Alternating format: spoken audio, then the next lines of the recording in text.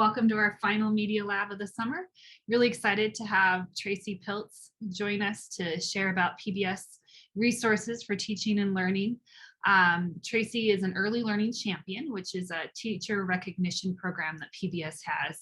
How many years has it been now, Tracy? 3 years that you've been an ELC? Yeah, it was 2018, yeah. And so at the station level, we nominated Tracy to be an early learning champion, and she was accepted into a very small group that first year. I think there were only about 10 of you, right? To work with our national team. And she's since done professional workshops for people all over the country with PBS and traveled before COVID, and then helped develop some of the learning materials, and process has become quite expert on all learning resources with PBS. So it's a treat to have her with us today. And I'll hand it over to you, Tracy. Awesome. Well, I'm happy to be here. I think my knowledge of this, Nikki, is probably this much as compared to yours, just because there's so much here. It always just blows me away that there's so many great resources here for free for us to use. So happy to be here sharing this amazing resource, and happy so many of you are here on this last, I don't know about all of you. I know here in Billings, this is like our last couple of days before we head back to school. So I'm glad we have a nice little group. There is a bit.ly down here at the bottom. If you want a copy of these slides, there are some helpful links in here, so you can grab that bit.ly and follow along on the slides, and then be able to click some of those links. And we'll be dropping the links in the chat as we go as well. So let me it's always trying to get a hand on where everything is.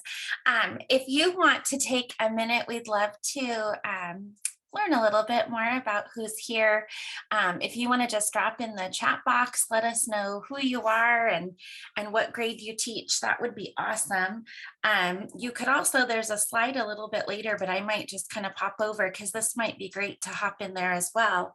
But just share a little bit about how familiar you are also with PBS LearningMedia. So if this is something you've never heard of, if you've heard of it but haven't used it, if you've maybe used it a little, if you use it quite often, and if you could teach this workshop, you let us know, because then we'll call you up and you can help us out.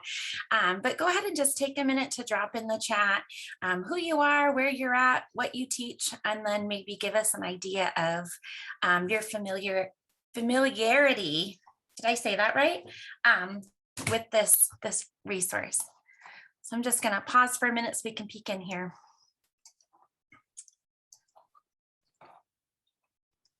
And we're happy to. Okay, awesome. One with familiarity. I'm going to keep trying to say that word, familiarity. Familiarity. Yeah, that is a tough one. It's like, I also can't say regularly, I think is also a very tricky word. Yeah. We'll just practice words that are hard to say. Okay, awesome. First year, welcome, Holly. Somewhat familiar. Okay, great.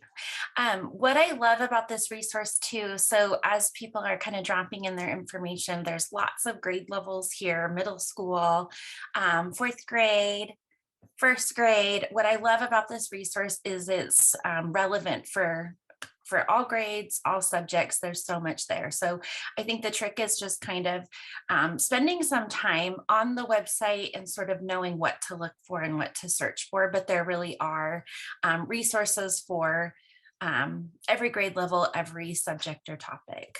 So awesome. Go ahead and keep dropping that in there. I'm just going to hop back a minute. Here we go. All right. You already know who we are. I left this slide in here, even though this is the last one of the summer. I think Nikki and her team have done such a fantastic job with these Media Lab workshops. There were some throughout the winter, and then this summer series. The website that's listed down there not only had the registration info that you used, but now that all of these workshops have been completed, you're going to find recordings and resources there as well. So I just wanted to be sure and remind you all of the topics that were covered this summer. And if there's anything on here that you're hoping to learn more about and you weren't able to join live, please remember to check out that website and see those recordings, because there's some great stuff on there. So what we're going to be doing today, and again, go ahead and keep dropping. I've got the chat over here, so I'm peeking over there. So go ahead and keep dropping in there what you teach and your familiarity, our keyword for today, with this resource. But we're going to spend just a little bit of time introducing it, showing you what it is, giving an overview of PBS Learning Media. What I'm really hoping is going to be the most valuable part of our time together this morning is giving you some exploration time. As I mentioned, it's such a robust resource that I will admit sometimes I just get a little bit overwhelmed with knowing what's there. And so I really think the best thing that you can do is set aside this chunk of time that we have this morning to really just get in there, click around, maybe save a few things that you could really see yourself using in your classroom, finding those things that are going to complement the curriculum that you're already teaching. After that exploration time, we're going to share out a little bit so that we can learn from one another. And then Nikki has some great examples from her classroom that we'll share, and then of course answer any questions that you have. So that's kind of the plan for today. Again, if you haven't had a chance, go ahead and drop into the chat sort of how familiar you are with this resource. A 0 if you've never heard of it, maybe a 1 in there if you know it exists, but you haven't used it, and then let us know if you have used it a little bit.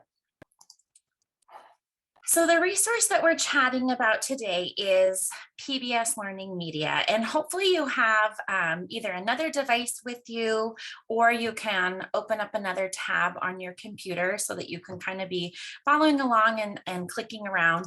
PBSLearningMedia.org is the website that you're going to want to investigate. I just dropped a link in there.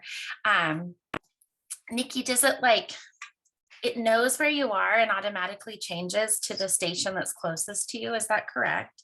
Well, when you first log in, a little drop down will pop up and ask you to either enter your zip code, or sometimes it geolocates and asks to confirm that Montana PBS is your local station.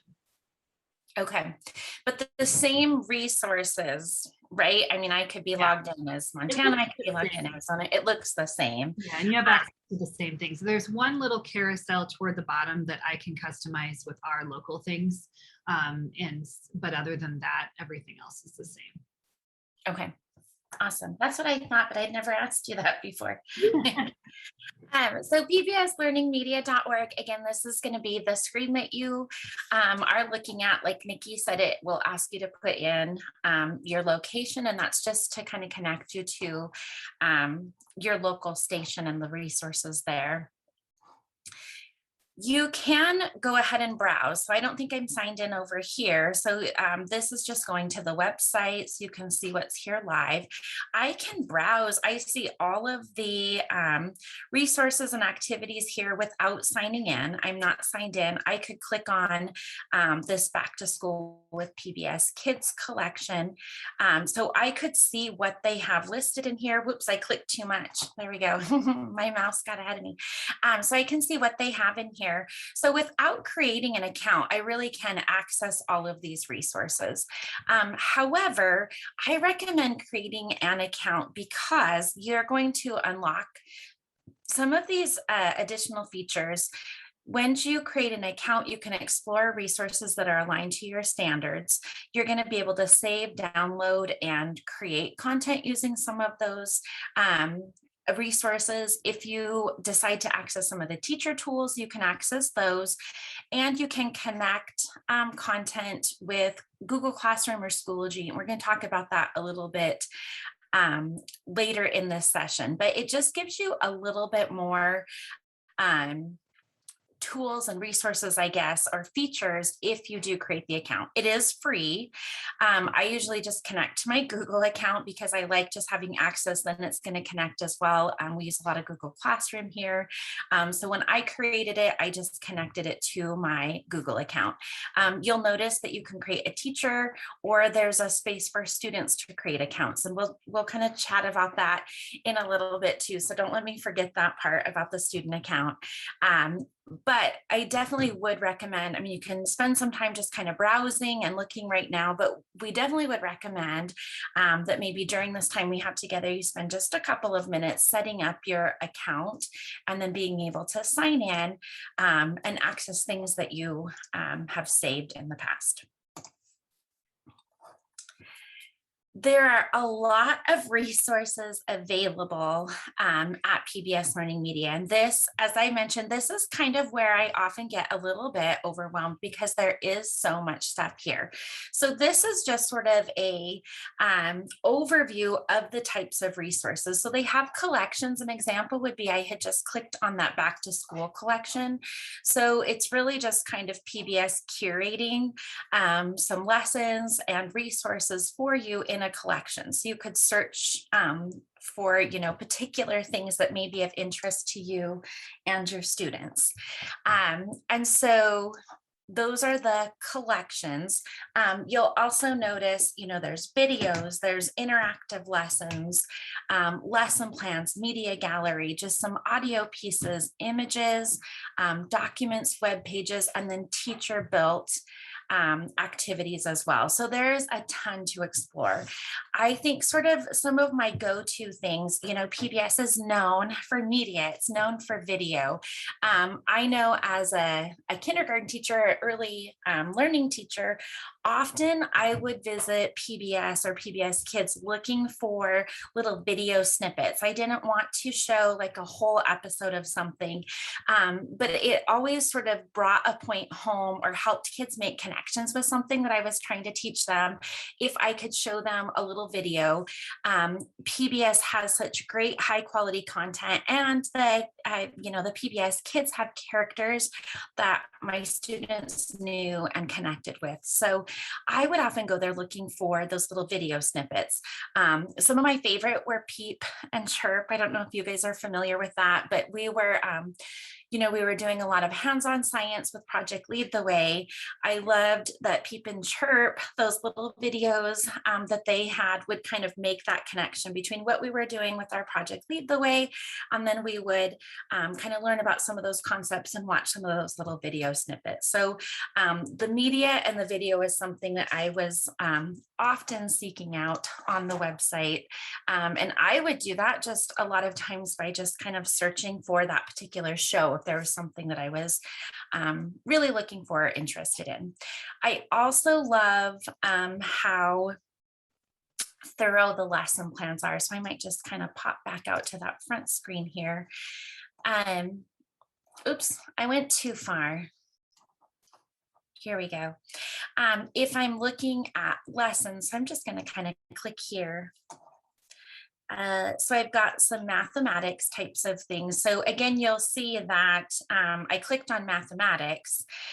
It's taking me to a whole variety of things. So I can filter this if I'm looking specifically for maybe for young learners, if I'm looking for pre-K, if I'm looking for high school. So I can come in here and really look. And then you'll notice that it's showing you on the side here what type of resource they are. So I've got media galleries, videos. I can also kind of search up here and search for a particular type. So if I'm looking for specifically a lesson plan, I could come up here and I could filter and search for those lesson plans. So then again, I'm just going to click on here just to kind of give you an idea of what's included, but you're going to see, so kind of here we go, a really thorough lesson plan, including, maybe some little videos, maybe some handouts, there's assessments built in here. And then you'll also see the standards that they are connected to. And this is just showing the nationwide, the Common Core standards. that this is connected to. So if I, again, wanted to see the particular state standards, I'd want to be signed in. That's where it's really helpful to have that account created. But again, you can see that these are really thorough lesson plans developed by experts that include a lot of these other useful media and resources.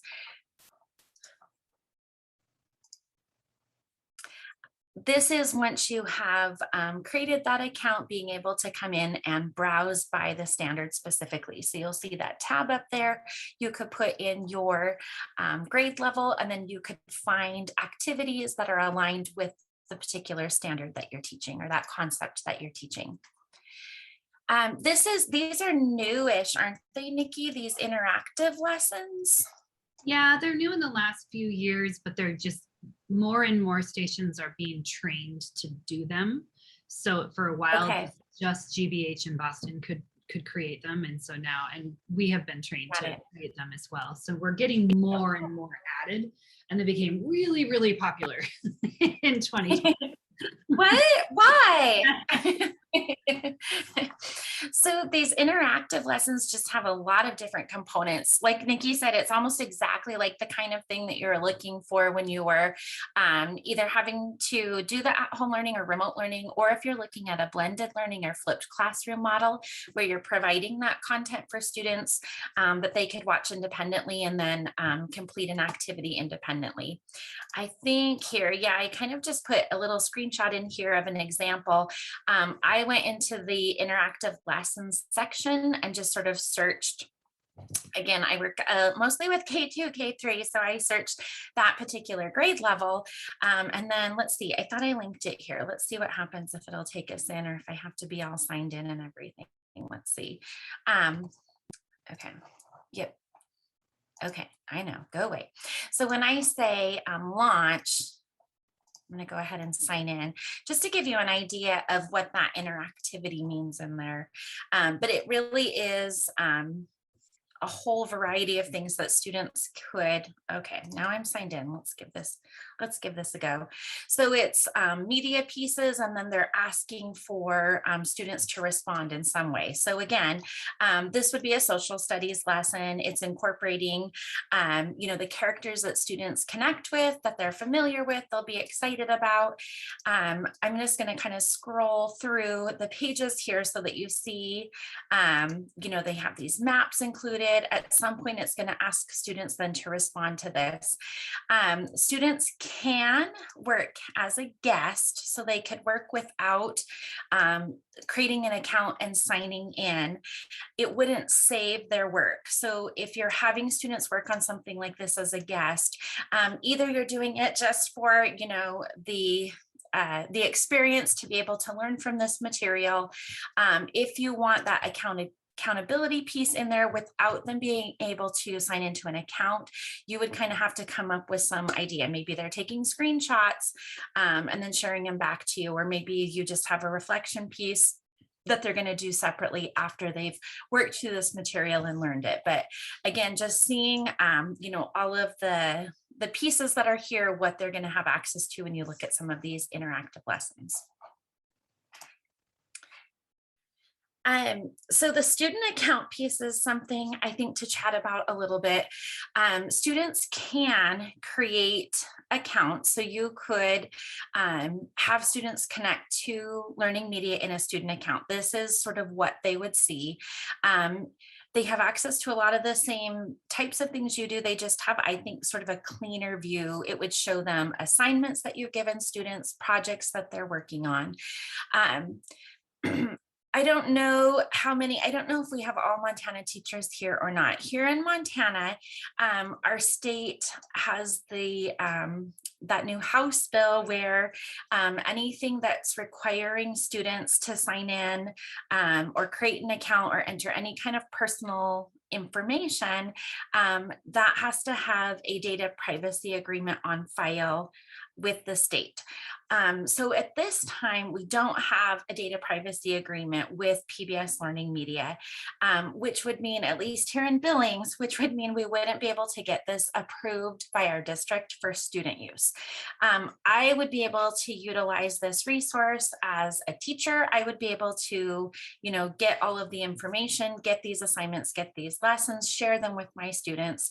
They could access content that I send them as long as they're not signing in and entering personal information. So it's possible to have them sign in and create these student accounts. It's not something that I can encourage you to do here in Montana until we have that agreement signed. So I'm just going to pause for a sec and see if there's questions about that or if that makes sense to everyone. Yes, and in fact, I think Nikki's been helping with that. Yeah, I have been pestering the national team, and I'll send another email today. And they were sending it to their legal team, and then I was just getting silence. So we're going to keep working at it again, because we're just a member station that contribute to this site. We don't house the domain or all of that. It's not Montana PBS that is holding it up. I'd sign it tomorrow if I had the authority, but not yet. And that's not unusual what Nikki is describing, doing some work on gathering these data privacy agreements, especially with a company as large as PBS, is I'm trying to think of the right word here. It's a process. We'll say it's a process, just because it often does have to go through a lot of different people in order to get the okay, I'm using that. So again, my caveat is you can utilize all of the resources on here. You can create an account as a teacher and have access to everything. And you can share these resources with your students. You just shouldn't have them sign into a student account or enter any kind of that personal identifying information until we know for sure that that's okay with that DPA section. So, but I mean, I sometimes just still like kind of coming in here and playing around and just sort of seeing what this might look like from a student perspective. So you can kind of check that out if that's interesting to you.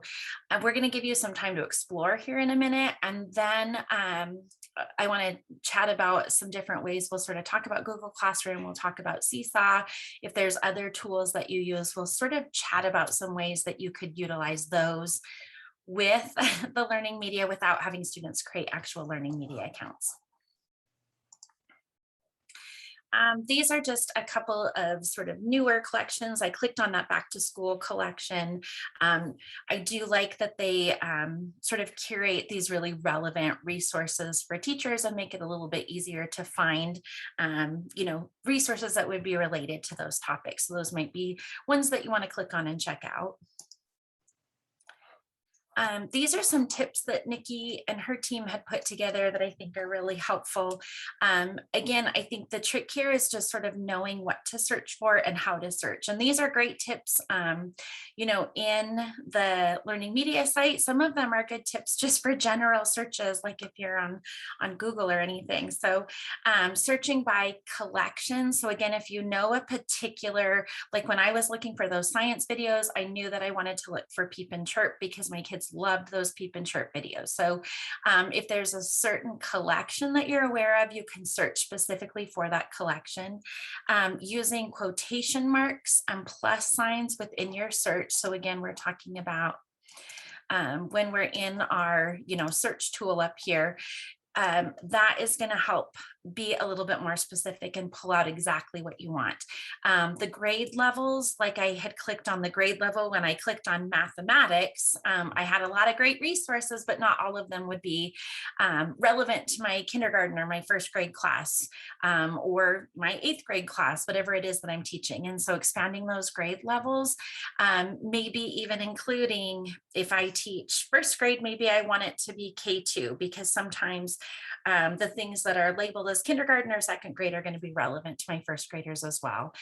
Looking at those additional resources and then paying attention to contributing stations. And so Nikki has just kind of written here, of course, Montana PBS, but then some other contributing stations that really usually have some really high quality submissions. Again, if you haven't grabbed these slides, there was a bit.ly. I think all of these resources are going to be helpful to you as you spend a little bit of time exploring. So we are going to pause here in a minute and just kind of give you some time to get on the website, click around and explore. There's a few other resources here that Nikki has put together. So there is a little resource. I think this is clickable. Let me see. If you click, I don't know why I took the little line out, so it's not obvious that it's clickable, but if you click from the slide deck where it says resource sampler, and I can drop that in here too. There you go.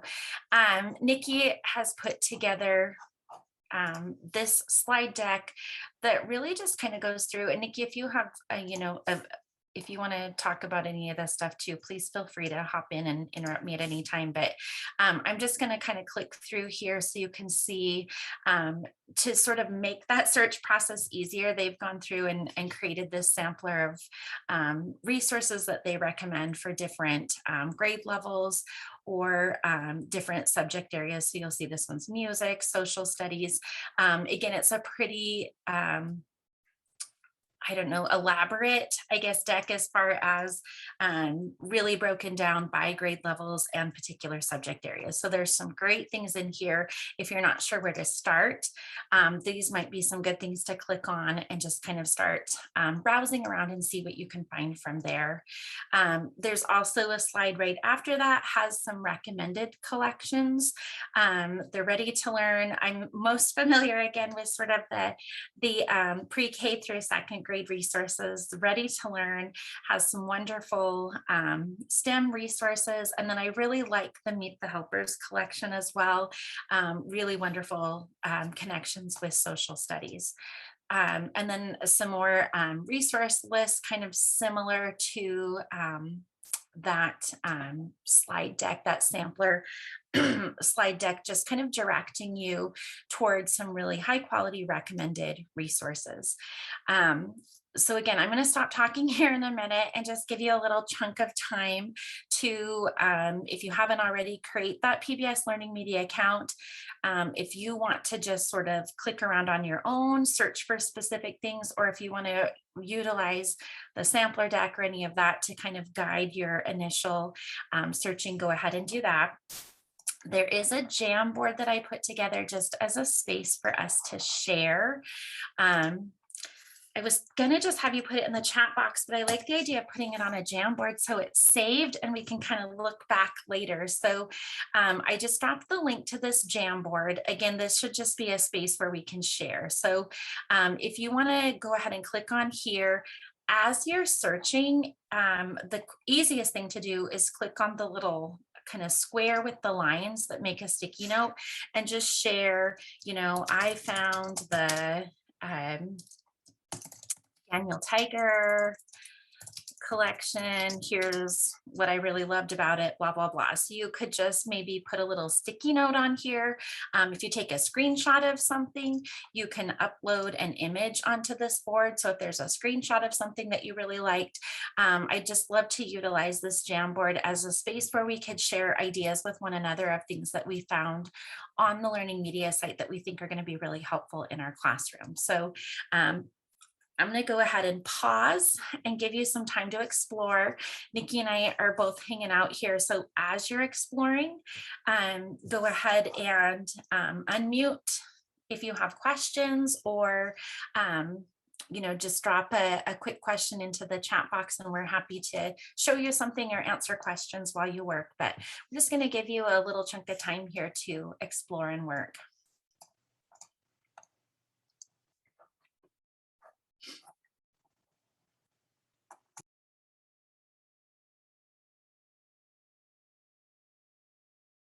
Other had identified and found that they think is going to be really useful.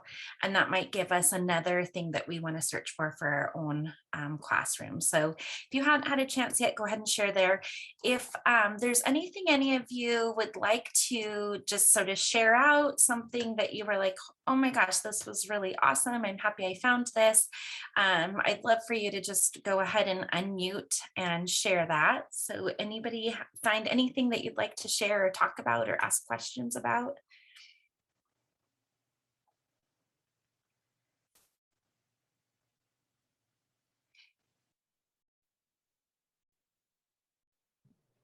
For the moment, I just explored kind of those links that you provided on the slideshow. And I, on the Jamboard, shared the classifying polygons one. I think that will be absolutely amazing when I teach 2D shapes in 4th grade. Awesome. Thanks, Alicia.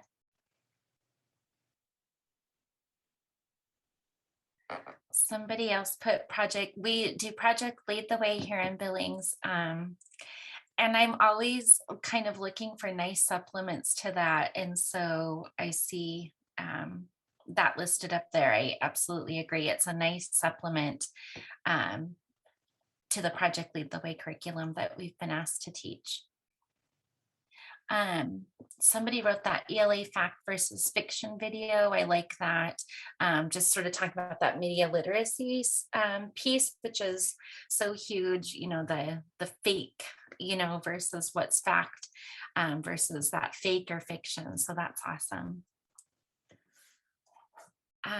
Please feel free to continue sharing in there, or again, if you have something that you'd just like to share out, unmute and share out something awesome that you found or something that you have questions about. We'd love to hear about it.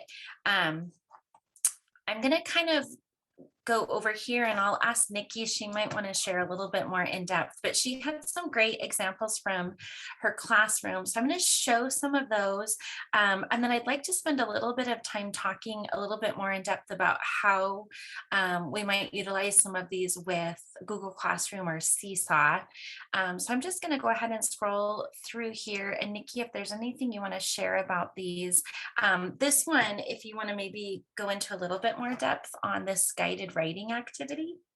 Yeah, so when I talk to teachers about this site and just in general, talking about how to get the most out of using video in the classroom, I encourage teachers to look at video the same way we look at text or reading a book. You know, we read books multiple times for different purposes, and we might, and I want to look at video the same way, that we wouldn't necessarily just watch a video one time.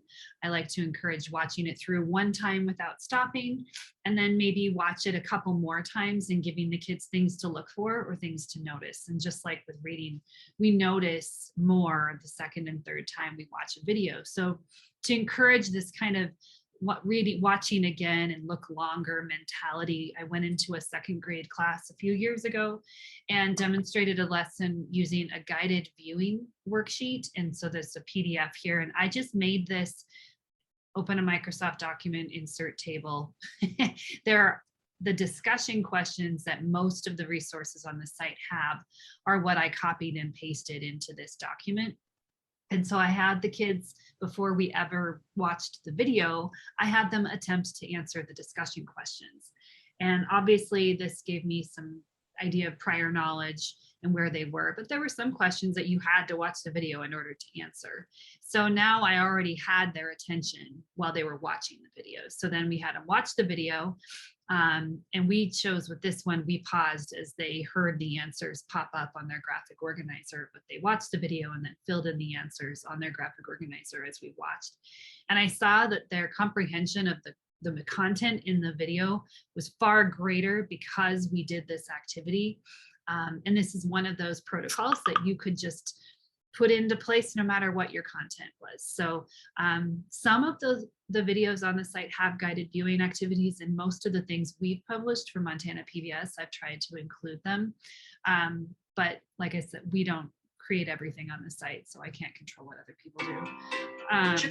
So yeah, that's guided viewing activity. That's awesome. Okay. Do you want to share about this one? Yeah, so this I called Moments of Wonder, and it was our morning routine. And so I just found images from the site, and I just did an image search and tried to find just really interesting images, projected them on the screen. When the kids came in the room, they were supposed to just spend some quiet time observing and taking notes or drawing pictures in a spiral notebook.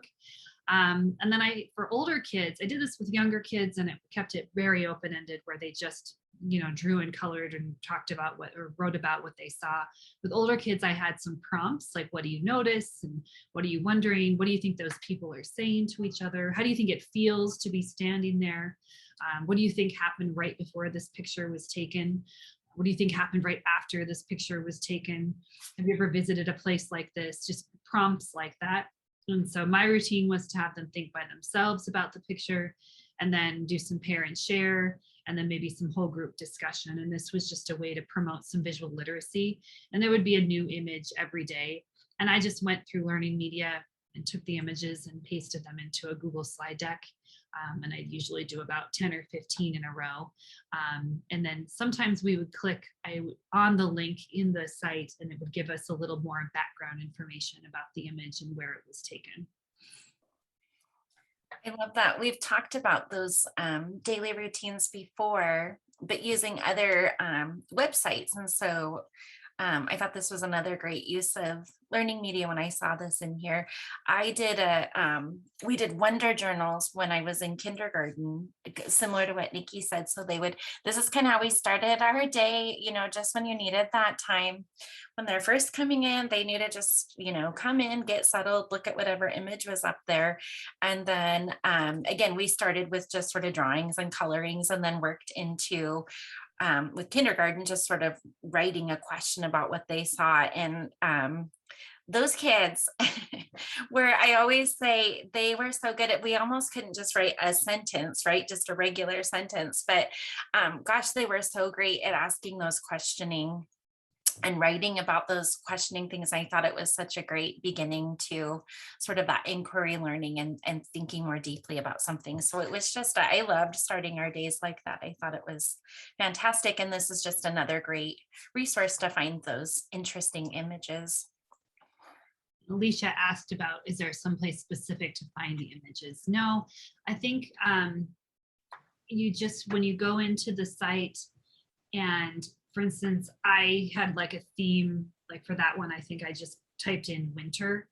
And then once you get to the search page, you can filter by media type.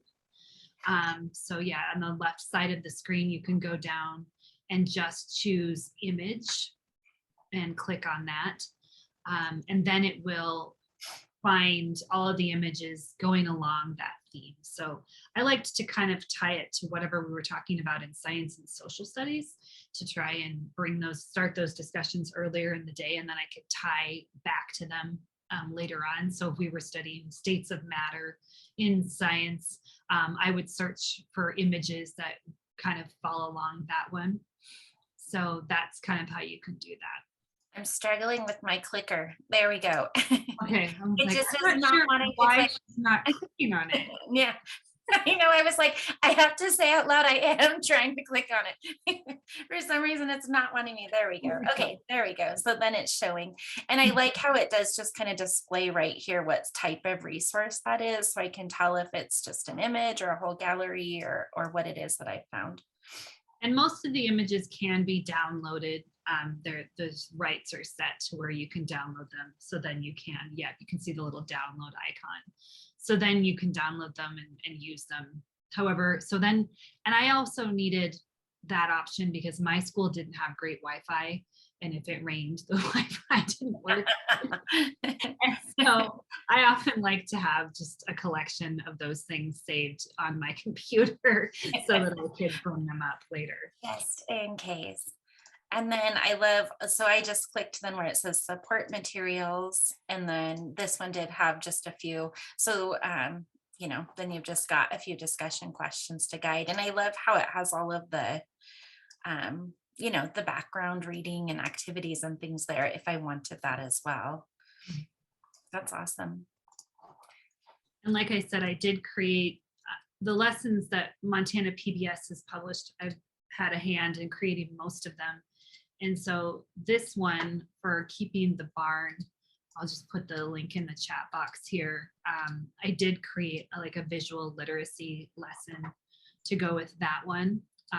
It meant for younger students as well. And it has a collection of images of all the barns in Montana. And then I do have some discussion questions that you might ask for visual literacy, for having kids look longer and really study those barns. So that's kind of an example right there. And then FlipGrid. FlipGrid, my last year in the classroom was like when FlipGrid was new on the scene. Oh, yep, there's the barn. So that's the barn lesson. So we have the pretty images of all the barns from that film. And then in the support materials, you'll see there's a visual literacy lesson that I created there with just some discussion questions and some literature connections. And if you wanted to, in the fall, talk about barns, you can take this to help you with that one. Cool. But FlipGrid was, like I said, it was pretty new the last year I was teaching. I was in a 4th and 5th grade classroom. And so I downloaded a video from PBS LearningMedia and then uploaded it to FlipGrid and created a lesson wherein they watched the video and then they had to respond to the video with this prompt. And this was before COVID, so it would have been a great way to incorporate kids who are learning at home or in a blended learning environment. But I liked it as a center activity that I was doing everything in small groups in that class. So their one center was to open up FlipGrid and do that, watch that video and leave the response, and then watch the responses for their classmates and leave comments to that. Not all the videos on LearningMedia can be downloaded that way. Some of them only have streaming rights. But in that case, you could just put a link in. It would take them out to LearningMedia and they'd come back into FlipGrid to record their response. And that's, did I put Seesaw next? Okay, so that kind of also similar type of thing could be done in Seesaw. If you wanted them to watch a video first, you could either download that video like Nikki had said and put that into your Seesaw activity, or just add a link to that video in the activity and then ask students to respond with the video. If you're already using Seesaw, I might choose that over FlipGrid. FlipGrid also doesn't have a state data privacy agreement on file. Some districts, I think, are using it anyway. Here in Billings, we've learned a workaround because we are allowed to use Nearpod. So you could create a Nearpod and embed a FlipGrid. It sounds complicated. It's actually super duper easy, but basically then they access the FlipGrid through the Nearpod. And so then that's okay because we do have an agreement with Nearpod. So especially if, I think if you're already using Seesaw, it's just as easy to just do it in Seesaw. If you're not, and you're looking for a really quick video response tool, I just think FlipGrid can't be beat. And I love the idea of just having them, again, watch something quickly and then be able to do a nice response. Something I love about FlipGrid is you can set limits on their video responses. I really wish you could do that in Seesaw as well, where you could just then give them 30 seconds to now, do your response. And I love that it's all just like in that one grid and super easy to just share all of their responses to that in that one place. But you could recreate something similar in Seesaw. The other thing I wanted to kind of demonstrate with Seesaw, and again, I think this sort of technique could be used in Google Classroom as well, if you're wanting to share some of these lessons without having students log into a LearningMedia account. So here's just one example. This is from a PBS Kids Scratch Junior lesson. So this is a resource that I use a lot, are their scaffolded lessons for the coding app PBS Kids Scratch Junior. And built into those lessons are a lot of these kind of printable design thinking pages or reflection pages. grabbing any of those types of printables and adding them into Seesaw an activity is super easy. So I had pulled up this Eleanor Wonder Why kind of as a quick example, because this is another collection I love for just that inquiry thinking and that curiosity. I'm just going to click here where it says a printable lesson. Any of these things down here that say teacher printable. So here's what a lot of teachers ask first. I'm going to come up here. So here I could click share to Google Classroom, or here I could click assign or share. What's going to happen when I say share to Google Classroom is it's basically going to share it. I'll just try to grab a sort of a practice class here. Let me use that one. And I'm going to create as an assignment and say go.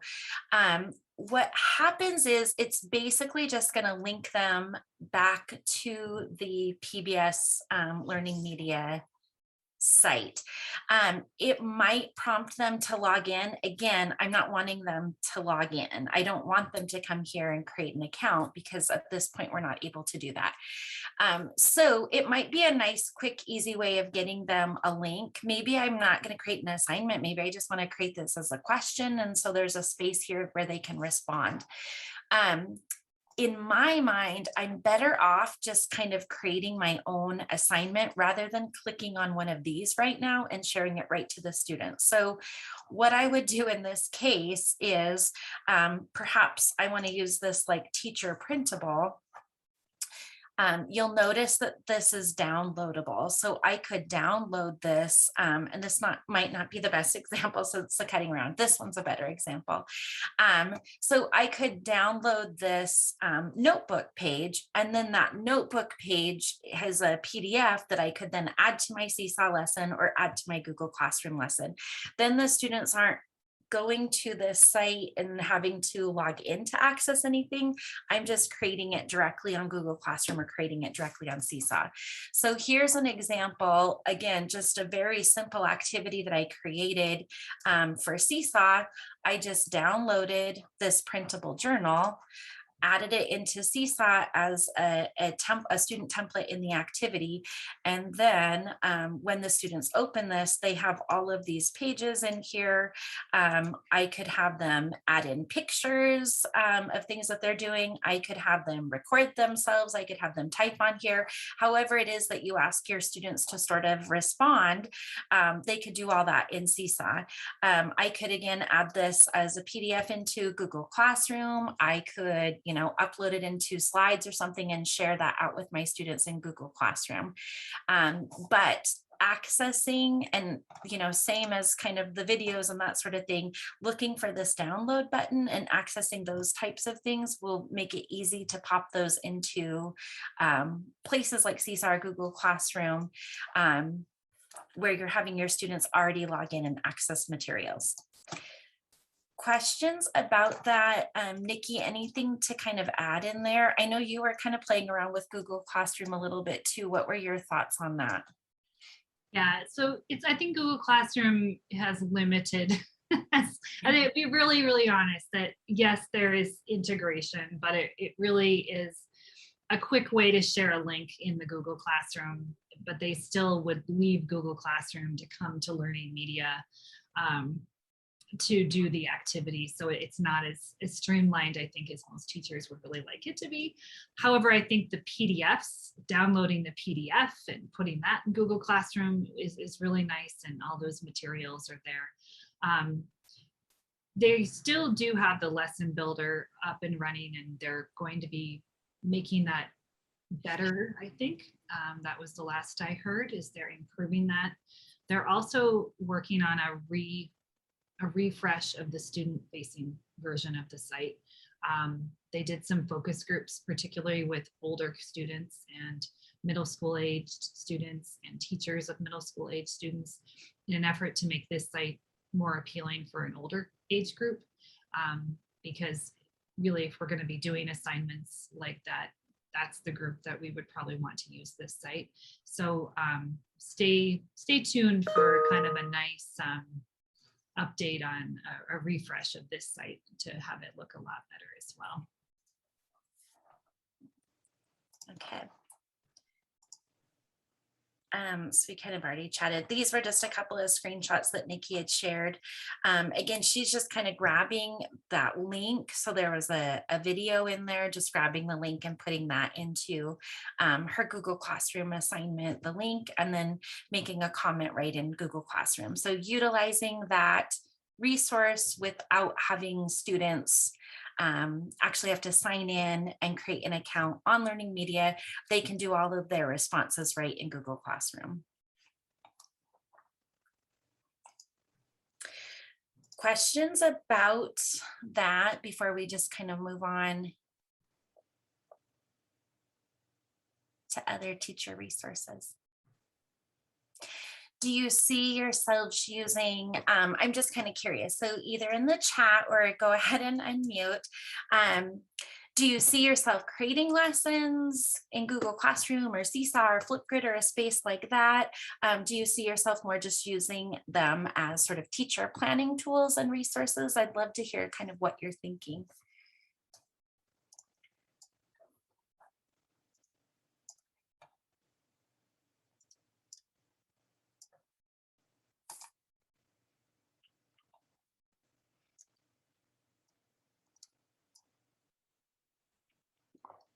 Awesome, thanks, Holly.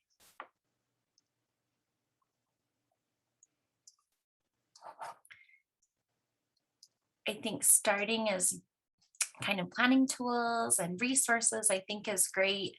Good, yay, Linda. Supplemental materials to lessons, awesome. Great. Okay, good. So please, as you are, working to put them into Google Classroom or Seesaw, if you have questions with for Nikki and I, just let us reach out and let us know, or things that you run into that you're noticing hurdles or things that work really well. We'd love to hear that so we can share those kinds of things. But I do think a lot of these materials lend itself well to being put into one of these other, I guess LMS kind of tools and having students respond in a space that they're already familiar with.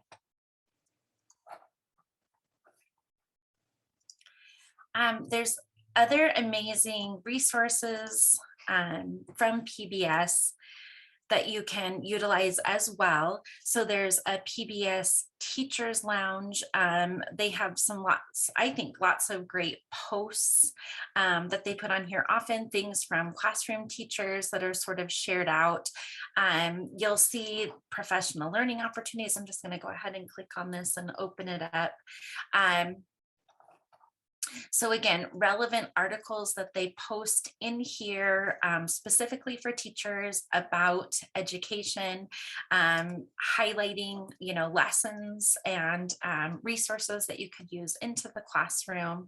I also like the virtual professional learning. I haven't looked at these in a while, so I don't know what's happening right now, but they always have some great webinars from teachers, usually PBS, innovators or early learning champions that share just some great insights and resources and types of things with teachers. So you can always sign up for these and learn a little bit more in these virtual professional learning webinars, which I think are really great. So the PBS Teachers Lounge is just a nice space to connect and sort of, I guess, stay on top of some sort of trending relevant things happening in education. The media literacy certification, and Nikki, have you got your cohort together? Have you started yet this fall? We are still open for registration on the cohort. So I'm going to find the link right here. Okay. And put it in the chat box. But yeah, do you want me to talk a little bit about, or why don't you talk about it and I'll find the link and then I can. Okay, that sounds good. So this is a program I went through a couple of years ago with a couple of teachers here in Billings. They were TILT teachers, and we were just kind of looking for a way to continue our professional learning and training, and this seemed like a great way to do that. talking about media literacy, we have all of these fantastic tools in our classrooms, but really just becoming a little bit more aware and comfortable with how to use these, in appropriate and meaningful ways with our learners. And so, we talked a little bit earlier about the lesson where it was, one of you had put on the Jamboard, like the fake versus real. We did a whole investigation, I guess, for a badge on that, just talking about how we teach those types of things to our students. How are we meaningfully incorporating these technology tools into our lessons and having our students create, but also being aware of copyright and fair use and how they should be utilizing all of this amazing technology and media that they have at their fingertips. So we worked through all of these different modules and earned badges. And then once we completed all of those modules, we became certified media literacy educator. So it was a really fantastic program. The one thing that I will say, I've said this to Nikki a lot, it was essential for us to have worked together in that cohort.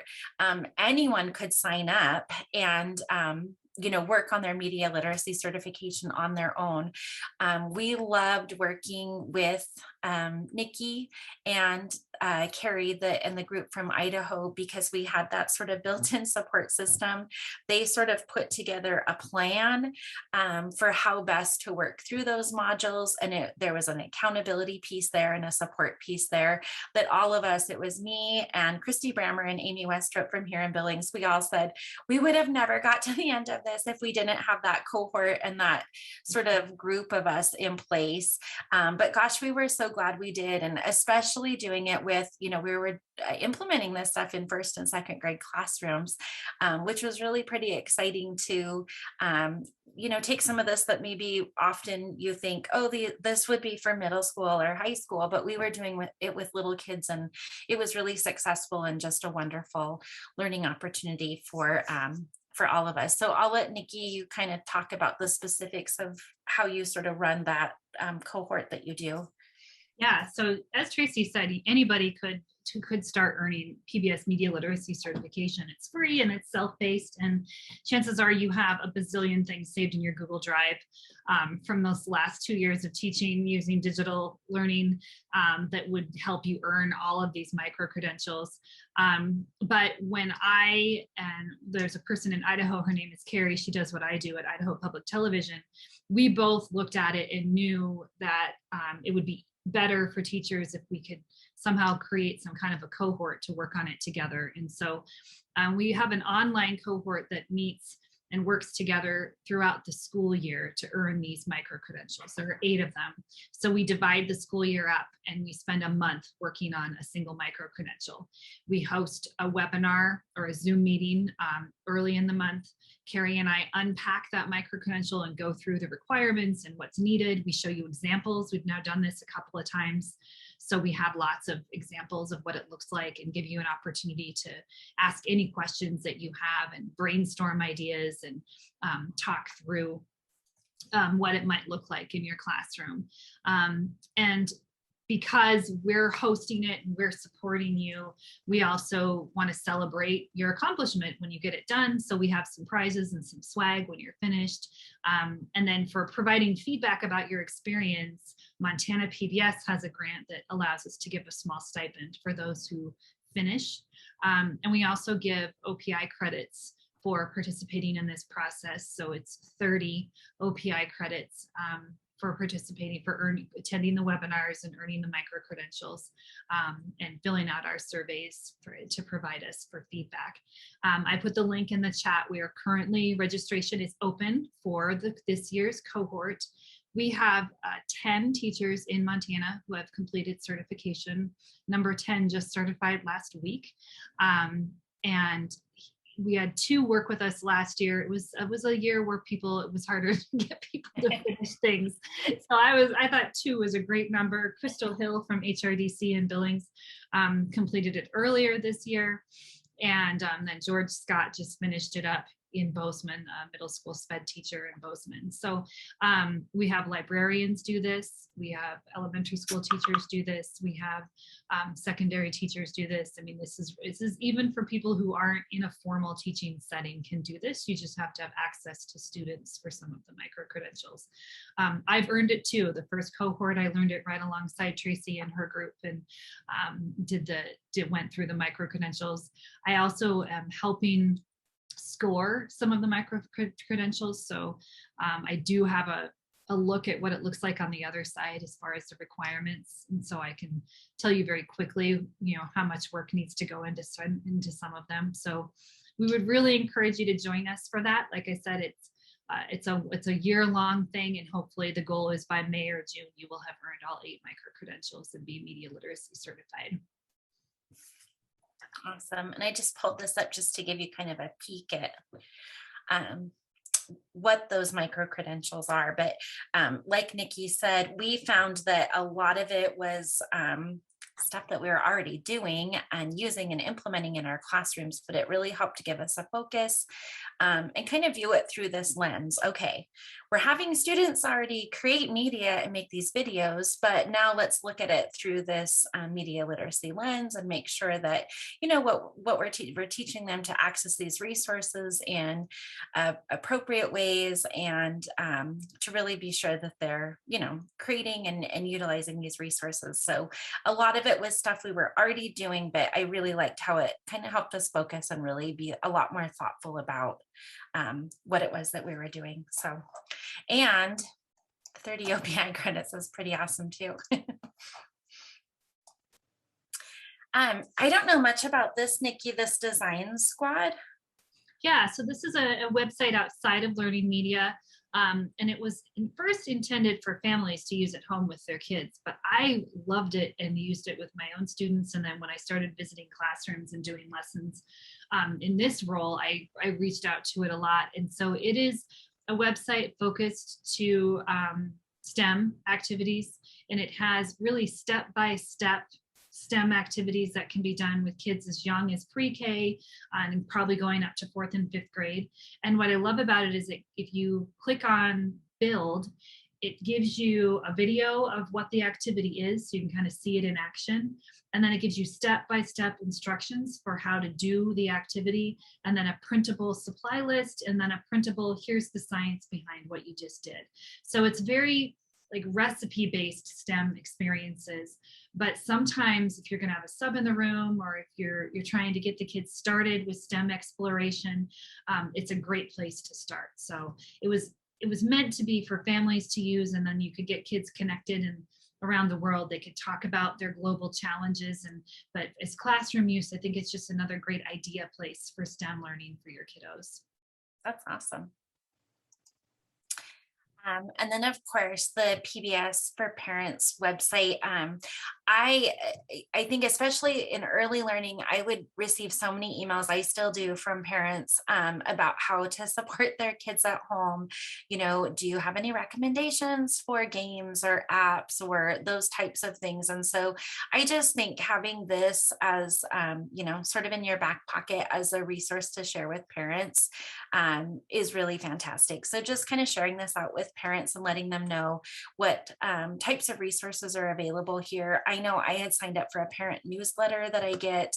I don't know if it's weekly or daily, but always just has some really great activities and tips that I really appreciate receiving as a parent, especially I think right now when so many parents have become even more involved in, what's happening sort of with their students in education and academically, and then wanting these resources to be able to support and supplement their kids at home. So I just think this is always a fantastic tool to be able to share with your families. All right, well, let's just kind of stop here and see if you have any questions. Again, we'll definitely end early. What I'm really hoping is that you'll spend a lot of time on that Media Learning website or in some of those other resources that we shared with you. And if you created an account, start clicking. You might have noticed on the left when I was in that activity, I think I closed it down now. You could click and favorite so that you can kind of save some of these things. If there's something that's sparking with you right now that you don't want to forget about, you can click that favorite so you can find it again easily, or grab a link and share with your grade level partners if there's something that you saw that you really want to be sure to utilize. So hopefully, even when we end this, you'll spend that next little chunk of time that you set aside for this webinar today to do a little bit of that exploring and saving. But please let us know if you have any questions that we could answer before you go.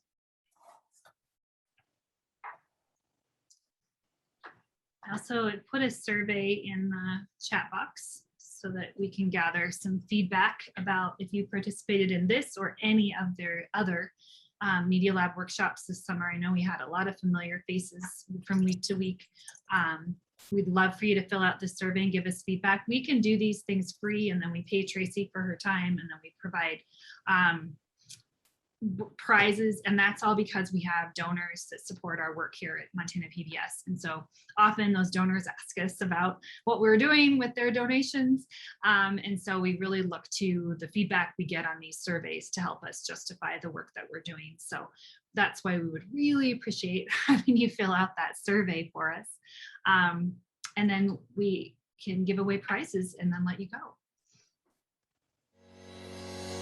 go.